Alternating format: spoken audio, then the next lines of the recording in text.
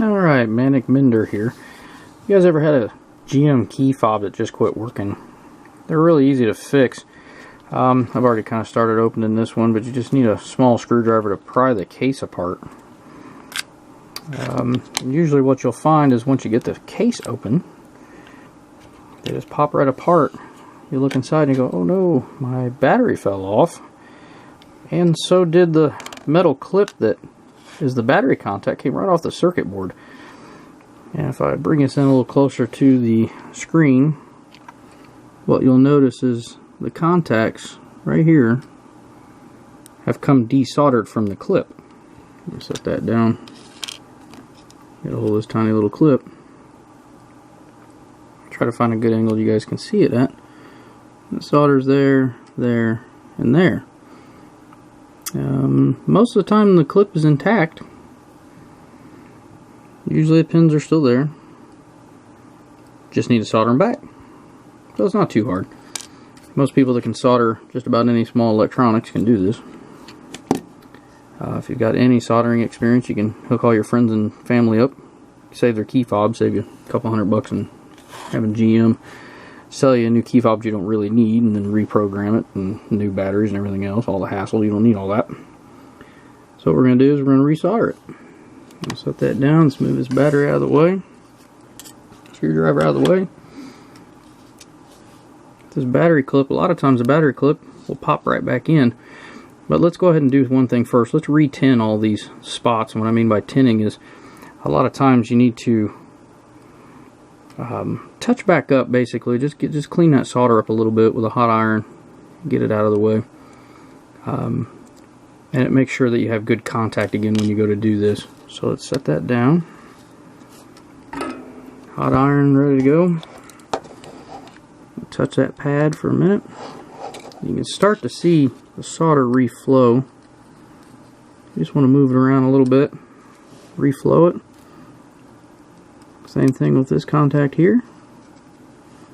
That contact there. Alright.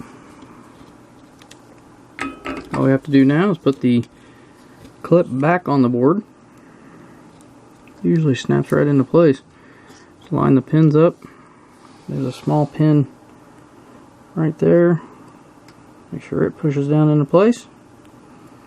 This little pin right here. Sometimes they'll snap, sometimes they won't. That one's going in. Put a little pressure on it. Go back, make sure this one's in where it belongs. Now what we're going to do is we're going to set it down, and what we're going to do is push it down while we solder something, maybe the back blunt end of your tweezers. We're going to heat that back up again. Heat that large pad up first. Move this back up here. Press on the back of it. Heat that back up again. Press again. We're going to work our way around. We're going to press this one in.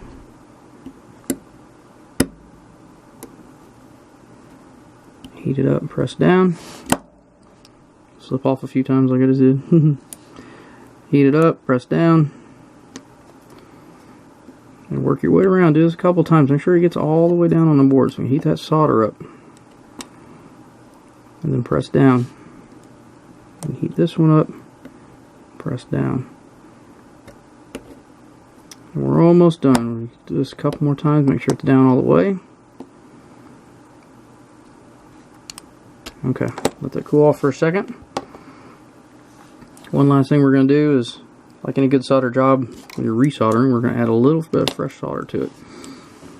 So we're going to go back to this large pad here. Touch down, warm that up. Let that clip get good and hot. What you're watching for is when the solder melts under the pad because you've gotten the contact hot enough to do so. So we're waiting. Just got to keep holding on there.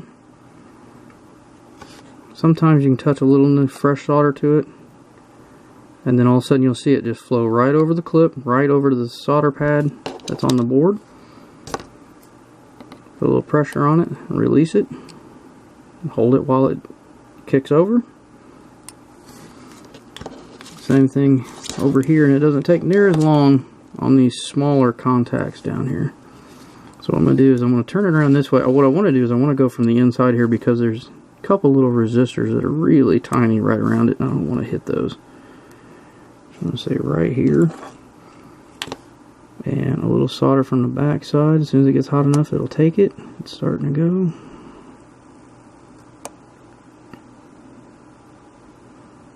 It's taking a little bit more. There it goes. Now I got hot enough. Soldering iron away. A little pressure to make sure it stays down. Same thing over here. Now this side, you guys might be able to see it. Can't zoom in very far with my camera, but I'll hold it on the back side, feed it from this other side. And what I'm doing here is I'm making sure that the battery contact got hot enough. So I'm feeding the solder in from an opposite side.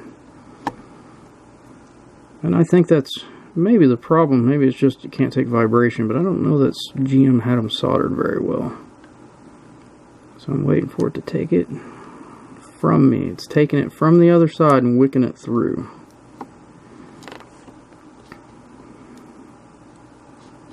As soon as I get it hot enough here. There it goes. Took a little bit, doesn't take much. Just a little bit of it.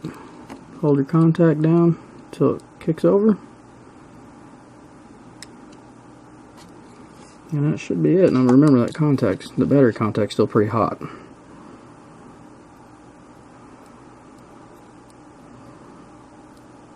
Looking for just good hot solder.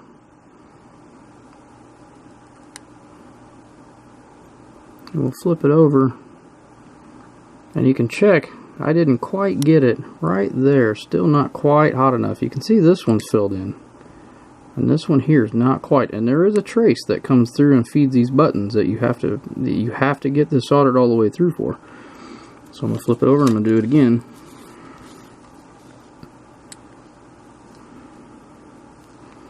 Hold it on there.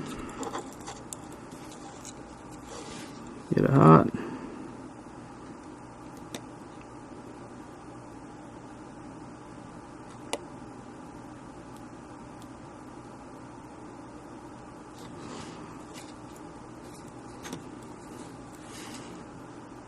Might actually help to touch just a little bit back here. Sometimes the soldering iron itself just needs a little tinning to get the process going.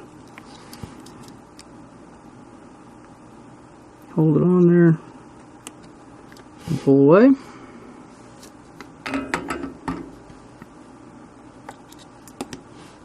Alright, let's check that again. Looks good from above. Flip it over. There we go. That's what we wanted. That one there is full, and that one there is now full. One last little thing. The contacts on this key fob look pretty good. Sometimes when you pull these apart, you'll see that they are maybe they're brown or sticky. Maybe you've got something, water or something spilled on them. Maybe a little bit of pop. Key fob took a dive in a pool. So a lot of times what I'll do for people before I put these back together is I'll clean them up. The little black dots that are on the inside of there, those little black dots are little graphite contacts that each one of these makes contacts on these copper pads you see here. These copper squigglies makes contact between the two, and that's how the button works. If those aren't clean, or if the graphite here is not clean, that button won't work for you. Even though you've done all this work to get new battery and everything else installed, it won't do it. Really easy to fix. If that is an issue, let me see if I can get this in camera for you guys. Sorry about it being close and crazy for a minute. Isopropyl alcohol, you can get it anywhere. CVS, Walgreens, 70%, 80%, whatever you can find is good enough. Good old standard Q-tip. Everybody got one of them, right? Especially if you got kids. So I'm going to pour just a little bit into the cap of the alcohol. Set the cap down here. You can kind of tell if the cap's a little dirty inside from doing this several other people's key fobs, and go through and just rub that contact really good. Rub all of them. Get everything off there. The black should stay behind. The black is impregnated graphite, so it shouldn't leave. But anything else, any junk, anything that might have spilled inside the fob should come off, and you can actually do it to the contacts too. You can't hurt contacts. Won't hurt them at all. And clean them up really well. And let them dry, and you'll see it's drying. The gloss is going away. It's starting to basically flash over. It's evaporating. As soon as it's all evaporated, and key fob's all evaporated, you can actually blow on it a little bit. I'm going to take it off camera.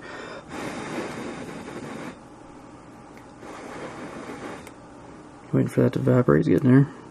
Don't put it together wet. Wet will cause all kinds of key fob issues. It's not drying quite fast enough for you. Depends on your humidity in your basement or whatever, where I am. Feel free to clean it up real quick with just Q-tip. Rub it out. It'll dry off. There it goes. Evaporated.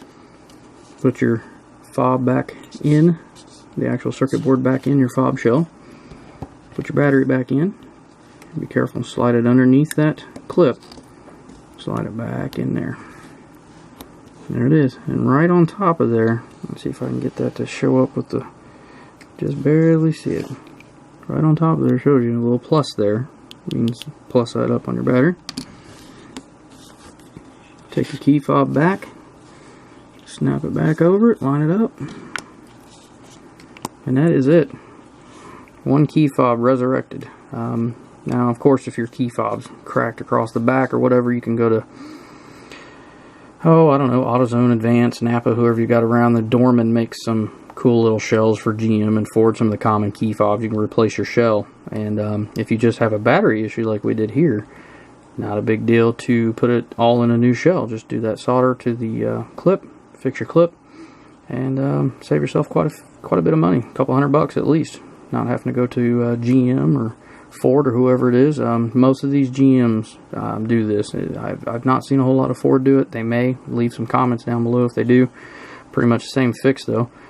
Just stay away from those little parts. Stay away from those resistors, because just a slight touch of the iron and those will pop right off the board. But don't be afraid of it, because obviously, as you just saw, it's not very hard to do. Thanks for watching.